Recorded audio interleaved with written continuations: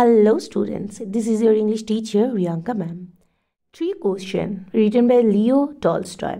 এখানে এই শর্ট স্টোরিতে এখানে একজন রাশিয়ান জার মানে রাশিয়ান রাজা তার মনে 3টি প্রশ্ন জাগছে এবং সেই প্রশ্ন 3টির উত্তর তিনি তার প্রজাদের মাঝখানে খুঁজছেন এবং সেই উত্তর থেকে তিনি সন্তুষ্ট না হয়ে ঘটনাক্রমে তিনি পৌঁছে যাচ্ছেন একজন সন্ন্যাসীর কাছে যিনি আর কি দুস্থ মানুষদের সাহায্য করে শুধুমাত্র। তো তিনি ছদ্মবেশে সেখানে পৌঁছাচ্ছেন এবং সেখানে ঘটনাক্রমে একটি রাত্রি যাপনের পর নিজস্ব অভিজ্ঞতা দিয়ে তিনি বুঝতে পারেন তার 3টি প্রশ্নের উত্তর কী। তো এটি এই গল্পের সারমর্ম। তো এই গল্পটি খুবই সারমর্মটা খুব একটা স্পেশাল নয়, তাই জন্য এটার জন্য আমি আলাদা করে কোনো ভিডিও বানাইনি। আশা করি তোমরা সারমর্মটা বুঝতে পেরেছো। এবার লাইন বাই লাইন পড়াতে পড়াতে তোমাদের বুঝিয়ে দেবো। তো চলো শুরু করা যাক। It once occurred to a certain czar, হঠাৎ একদিন একজন জার একজন রাশিয়ান রাজার সাথে এই ঘটনাটা ঘটেছিল that if he always new the right time to begin everything, তার মনে হচ্ছিল যদি তিনি আর কি জানতেন সঠিক সময় যে কোনো কিছু শুরু করার। If he knew who were the right people to listen to, যদি তিনি বুঝতেন যে কাকে কে সঠিক মানুষের কোন সঠিক মানুষের কথা শুনতে হবে, এটা যদি তিনি নির্ণয় করতে পারতেন। অ্যান্ড হুম টু অ্যাভয়েড, এবং কাকে ইগনোর করতে হবে, কাকে উপেক্ষা করতে হবে। অ্যান্ড অ্যাবভ অল, এবং সর্বোপরি if he always knew what was the most important thing to do, he would never fail in anything he might undertake. যদি তিনি এটা বুঝতে পারেন যে কোন কাজটি তাকে সর্বপ্রথম করা উচিত, সর্বপ্রথম কোন কাজটা করা বেশি গুরুত্বপূর্ণ, তাহলে তিনি তার দায়িত্বে কখনোই ব্যর্থ হবে না, এটা বলতে চাইছে। তো 3টে কোশ্চেন কী বোঝা গেল, যে কি সঠিক সময় কি যে কোনো কাজ করার, কোন সঠিক মানুষের কথা শুনতে হবে এবং কোন কাজটি বেশি করা আগে ইম্পর্টেন্ট। ওকে, এই 3টে প্রশ্ন। And this thought having occurred to him, এবং এই ভাবনাগুলো তার মধ্যে এলো, and he had to proclaim throughout his kingdom, এবং তিনি তার প্রজাদেরকে এই দাবিটি আর কি করলেন that he would give a great reward to any one, যে তিনি যে কোনো কাউকে আর কি অনেক পুরস্কারে পুরস্কৃত করবেন। Who would teach him what was the right time for every action, যে তাকে শেখাবে যে কোন সময়টা যথেচ্ছ সময় কোনো কাজ করার। And who were the most necessary people, এবং কারা হলো সর্বোত্তম জরুরি লোকজন অ্যান্ড প্রয়োজনীয় লোকজন। And how he might know what was the most important thing to do, এবং তিনি কিভাবে জানতে পারবেন যে কোন জিনিসটা সব থেকে গুরুত্বপূর্ণ করার জন্য। And learned men came to the jar, এবং শিক্ষিত লোকজনেরা জারের কাছে এলো। But they all answered his questions differently, কিন্তু তারা তার প্রশ্নের উত্তর বিভিন্নভাবে দিচ্ছিল। ইন রিপ্লাই, প্রত্যুত্তরে, টু দ্য ফার্স্ট কোশ্চেনে প্রথম প্রশ্নটা কী ছিল, যে সঠিক টাইম কি কোনো কাজ করার।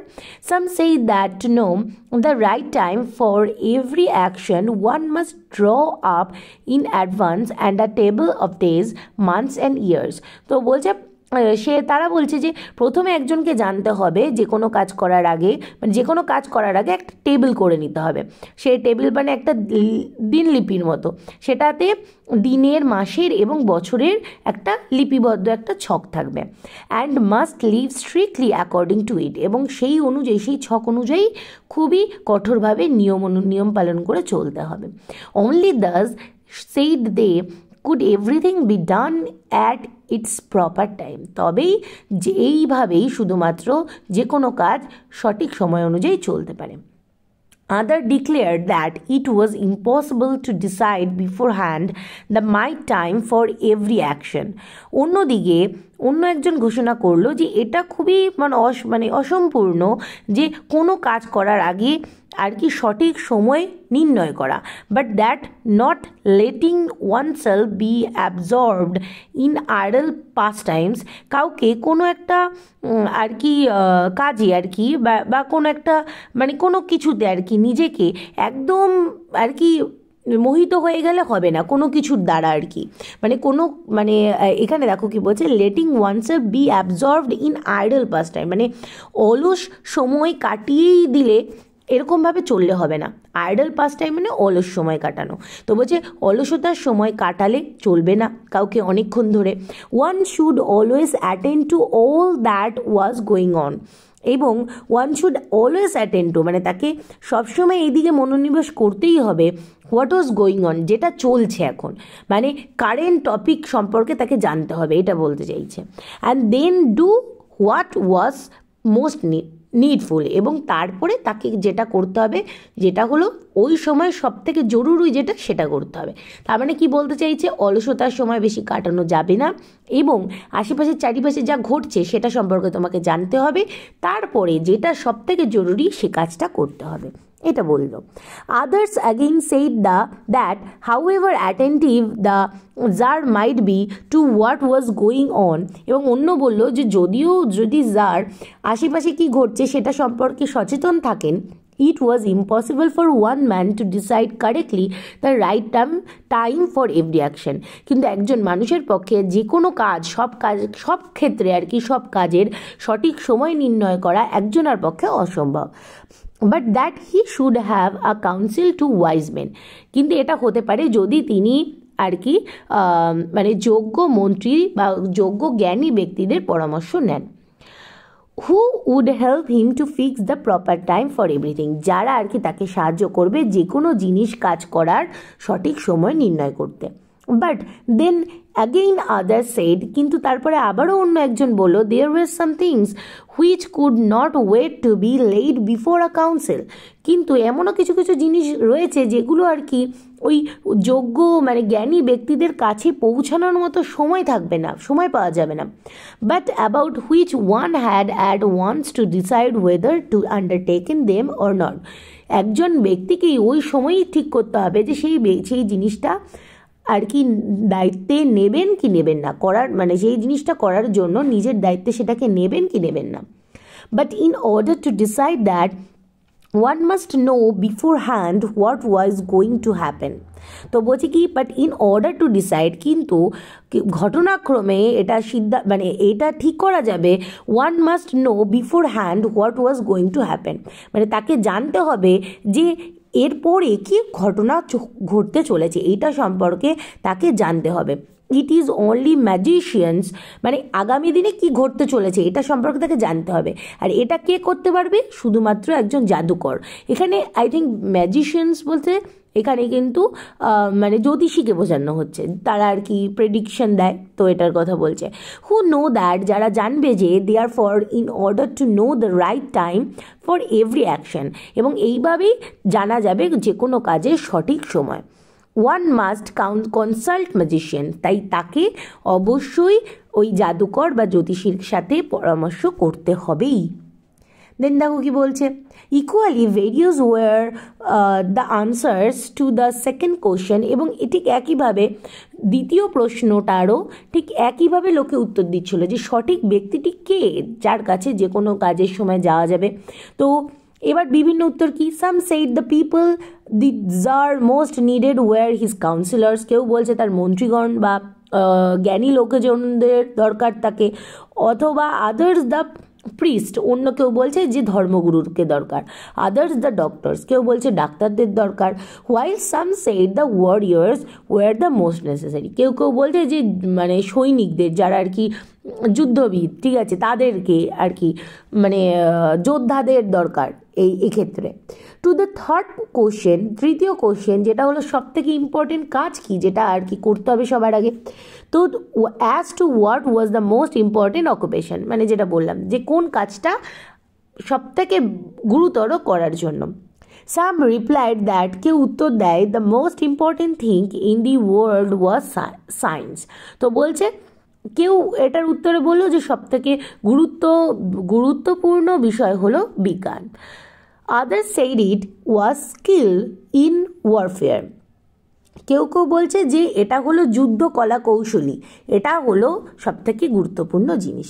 অ্যান্ড আদার আগেইন সেইড, আবারও একজন বলছেন that it was religious worship, এটা হলো ধর্ম পূজা, ঠিক আছে এটা। ইম্পর্টেন্ট বিষয়। All the answers being different, সমস্ত উত্তরগুলো খুবই আলাদা। The Tsar agreed with none of them, এবং জার কারোর সাথেই সহমত প্রকাশ করলেন না। Gave the reward to none, এবং কাউকে পুরস্কার দিলেন না। But still wishing to find the right answer to his questions, কিন্তু তখনও তিনি তার প্রশ্নের সঠিক উত্তর খুঁজছিলেন। He decided to consult a hermit, তাই তিনি ঠিক করলেন একজন সন্ন্যাসীর কাছে যাবেন।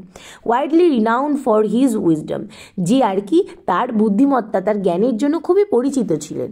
দি হারমিট, সেই সন্ন্যাসীটি, লিভড ইন আ উড, সে আর কি বনে থাকে, হুইচ হি নেভার কুইটেড, মানে সেই বন ছেড়ে তিনি কখনো যাননি। And he received none but common folk, এবং তিনি অন্য কারো সেবা করেন না, শুধুমাত্র সাধারণ লোকেদের কথা শোনেন। So that tsar put on simple clothes, তাই জার একটা সাধারণ পোশাক পরলেন, সাধারণ মানুষের মতো। And before reaching the hermit's cell dismounted from his horse, এবং সেখানে পৌঁছানোর আগে, তার মানে হারমিটের গৃহে প্রবেশ করার আগে তিনি তার ঘোড়া থেকে নেমে পড়লেন। And leaving the his bodyguard behind, এবং তার পিছনেই তার দেহরক্ষীদের ছেড়ে গেলেন। ওয়েন্ট অন অ্যালোন, এবং একা যাত্রা শুরু করলেন। When the Tsar approached the hermit was digging the ground in front of his hut, যখন আর কি জার আর কি ওই হারমিটের বাড়িতে পৌঁছালো, মানে হারমিটের কাছে গেল, তখন দেখলো হারমিট কি করছে, মানে সন্ন্যাসী কি করছে, তারা আর তিনি আর কি একটি জমি খুঁড়ছিল, ঠিক আছে, ডিগ করছিল, খোদাই করছিল। Seeing the tsar he greeted him, জারকে দেখে তিনি তাকে স্বাগত জানালেন। ওয়েন্ট অন ডিগিং, এবং তিনি তারপরে আবারও তার খোদাইয়ের কাজ করছিল, জমি খননের কাজ করছিল। And the hermit was frail and weak, এবং সেই সন্ন্যাসীটি খুবই অসুস্থ, ক্লান্ত হয়ে পড়লো। And each time he stuck his spade into the ground and turned a little earth and he breathed heavily, যখনই সে আর কি মাটি খুঁড়তে যাচ্ছে, একটু মাটি বের করছে এবং একটা দীর্ঘ নিঃশ্বাস ফেলছে। The Tsar went up to him, এবং জার তার কাছে গেল, and said, I have come to you, wise hermit, to ask you to answer the 3 questions. আমি আপনার কাছে এসেছি জ্ঞানী সন্ন্যাসী, 3টি প্রশ্নের উত্তর পাওয়ার জন্য। How can I learn to do the right things at the right time, সঠিক সময় আমি কিভাবে কাজ করব। Who are the people I most need, কোন মানুষদের আমার সব থেকে বেশি প্রয়োজন। And to whom should I therefore pay more attention than to the rest, এবং কাকে সব থেকে বেশি গুরুত্ব দেওয়া উচিত। And what affairs are the most important and need my first attention, কোন বিষয়টা সব থেকে গুরুত্বপূর্ণ, যেটাতে আমি প্রথমে মনোনিবেশ করব। The hermit listen to the tsar but answered nothing, hermit জারের কথা শুনলো বাট কোনো কিছুর উত্তর দিল না। He just spat on his hand, তিনি তার হাতে থুতু মারলেন, এবং মানে থুতু বের করলেন আর কি। অ্যান্ড রিকমেন্ডেড ডিগিং, তারপরে তিনি he just spat on his hand, মানে তিনি আর কি তার হাত দিয়ে আর কি হাতে আর কি থুতুটা দিলেন। এটা খুবই একটা কীরকম ব্যাপার আর কি, যাই হোক। অ্যান্ড রিকমেন্সড ডিগিং, এবং তিনি তারপরে আবারও খনন কার্য চালিয়ে গেলেন। You are tired said the Tsar, Tsar বললেন যে আপনি তো ক্লান্ত। Let me take the spade and work while for you, ঠিক আছে আমাকে দিন, আমি আপনার জন্য কাজটা করে দিচ্ছি, আমাকে কাজটা করতে দিন। থ্যাঙ্কস, ধন্যবাদ, said the hermit and giving the spade to the jar, এবং সেই কোদালটা আর কি জারকে দিল। And he sat down on the ground, এবং তিনি মাটিতে বসে পড়ল। When he had dug 2 beds, the Tsar stopped and repeated his question. যখন তিনি আর কি দুবার আর কি তিনি খনন কার্য প্রায় করলেন, ঠিক আছে, দেন তিনি আবারও আর কি সেই 3টে প্রশ্ন পুনরায় জিজ্ঞাসা করলেন। The hermit again gave no answer but rose stretched out his hand for the spade, তো কাজটা করার জন্য সে তার হাতটাকে মানে সোজা করছিল, এবং আর কি যে আর কি হারমিট আর কি তিনি কোনো উত্তরই দিলেন না তার প্রশ্নে। অ্যান্ড সেইড, এবং বললেন, now rest a while and let me work a bit, তাহলে তুমি এখন একটু রেস্ট করে নাও, আরাম করে নাও, আমাকে কাজটা করতে দাও। But the Tsar did not give him the spade, Tsar কিছুতেই তাকে কোদালটা দিল না, এবং কন্টিনিউড টু ডিগ, এবং তিনি কাজটা খননটা করেই গেলেন 1 hour passed, 1 ঘন্টা পরে, and another the sun began to sink behind the trees, মানে সূর্য যখন গাছের পিছনে অস্তগামী, the tsar at last stuck the spade into the ground, সে আর কি ওই কোদালটা আর কি মাটিতে রেখে আর মানে আটকে দিয়ে অ্যান্ড সেইড, আবারও বললো, I came to you wise man for an answer to my question, আমি আপনার কাছে জ্ঞানী ব্যক্তি এসেছিলাম আমার প্রশ্নের উত্তর পেতে। If you can give me none tell me so and I will return home, যদি আপনি এর উত্তর না দিতে পারেন তাহলে আমাকে বলুন, আমি চলে যাচ্ছি। তো ভিডিওটা এখানেই শেষ করছি, ভিডিওটা বেশি লেন্দি করতে চাইছি না, নেক্সট পার্টে আমি বাকিটুকু কমপ্লিট করে দেবো। আশা করি তোমরা বুঝতে পারছো। তো নেক্সট কী ঘটতে চলেছে আমরা নেক্সট ভিডিওতে পড়বো। এইটুকুই এখানের জন্য থাকলো। কারোর কোনো কনফিউশন থাকলে অবশ্যই কমেন্ট সেকশনে কমেন্ট করবে। চ্যানেলে নতুন হয়ে থাকলে অবশ্যই সাবস্ক্রাইব করতে ভুলো না। ও তাহলে নেক্সট ভিডিওতে দেখা হচ্ছে, টাটা।